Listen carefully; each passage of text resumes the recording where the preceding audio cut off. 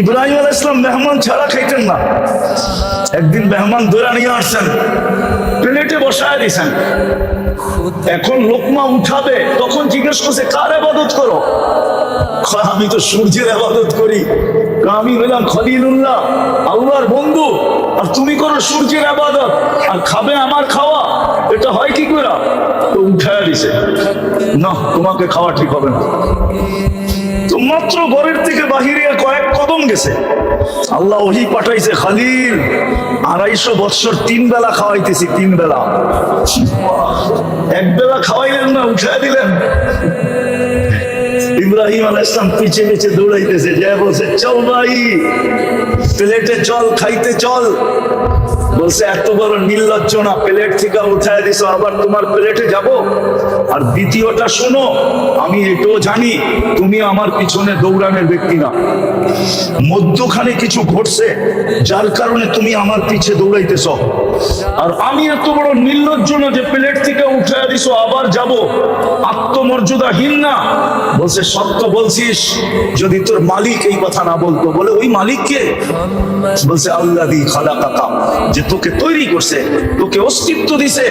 পুরো আল্লাহর পরিচয় যখন তুলা ধরছে, তো বলছে প্লেটে যাব, কিন্তু আগে হাতটা বাড়া, ওই আল্লাহর হয়া নেই, তারপরে প্লেটে যাব। আল্লাহকে রাজি করে সহজ। তৃতীয়, মূর্তির সামনে বসে বসে সানম সানম করতেছে, ভুলে বাহির হয়ে গেছে সামাদ। আল্লাহ জবাব দিছে লব্বাইক ইয়া আবদি। সৃষ্টি আশ্চর্য হয়ে গেছে, আরে এখনো তো মূর্তির সামনে 200, 250, 300 বছর ধরে মূর্তি মূর্তি করতেছে, ভুলে না আপনাকে ডাকছে? আল্লাহ জবাব দিছে অপেক্ষায় ছিলাম, ভুলে হইলো একবার আমাকে ডাকছে। দ্বিতীয় জবাব দিছে আল্লাহ, 300 বছর ও সাড়া দেয় না, আর আমিও যদি সাড়া না দেই তো ওর আর আমার পার্থক্য রইল কোথায়?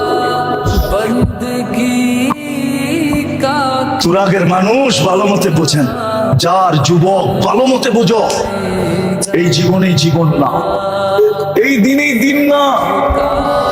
ওই প্রবাদ বাক্যই সত্য, এই দিনেই দিন না, আরো দিন আছে। এই দিন নিয়ে যাবে তোমাকে ওই দিনের কাছে। জানি না তোমরা যুবকরা প্রবাদ বাক্য বুঝবে কি বুঝবে না।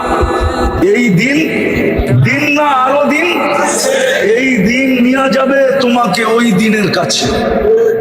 ভালো মতে বুঝো, যাকে সবচেয়ে বেশি কাছে করা দরকার ছিল, যার কাছে সবচেয়ে বেশি হওয়া দরকার ছিল, যাকে সবচেয়ে বেশি ভালোবাসা দরকার ছিল,